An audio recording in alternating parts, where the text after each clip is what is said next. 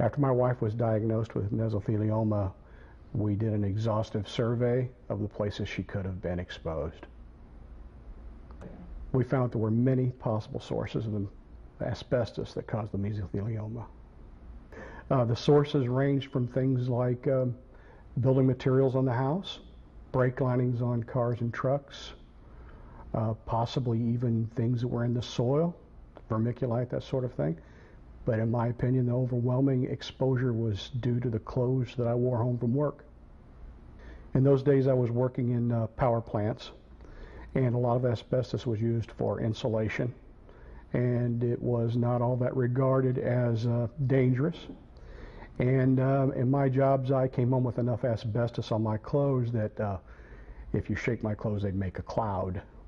And she did my laundry, and I'm relatively sure that was her strongest exposure.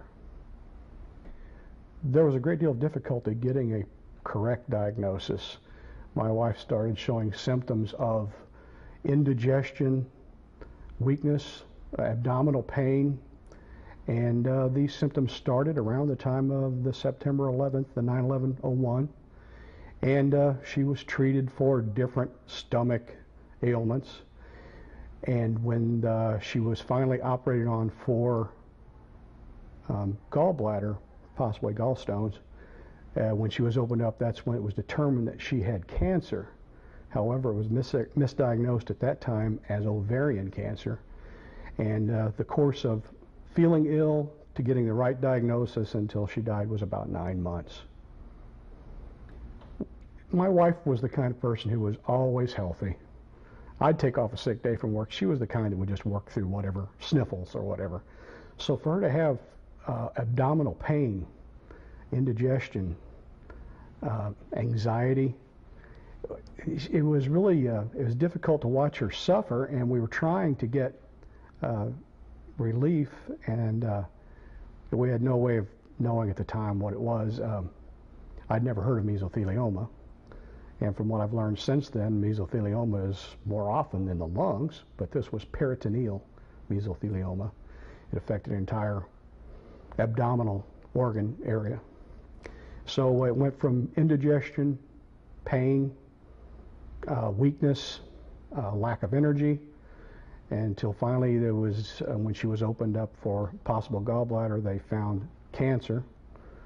And then, in fact, she was charted for radical treatment for ovarian cancer when the results came back that it was indeed mesothelioma. So the method of treatment was altered, which caused us to go to New York a couple of times for really radical treatment. The loss of my wife has been tremendous to our family. She was the matriarch. The farm that we are presently on was inherited through her family. She taught the kids the farming, the horses.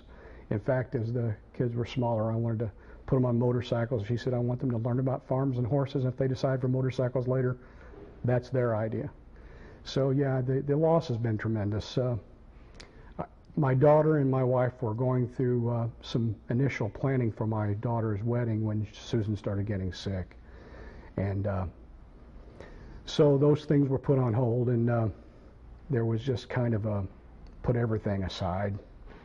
And yeah, it's been quite a shock. It's been overwhelming. When we were initially diagnosed as mesothelioma, we sought treatment mainly through the internet and through advice through doctors and that sort of thing. And it meant traveling to New York because there was nobody really in St. Louis treating that type of disease at the time. And there were people that stepped in and helped us to help pay for flying to New York twice. And the bills were overwhelming, and if it weren't for getting a decision in the courts, yeah, they would have been even more overwhelming.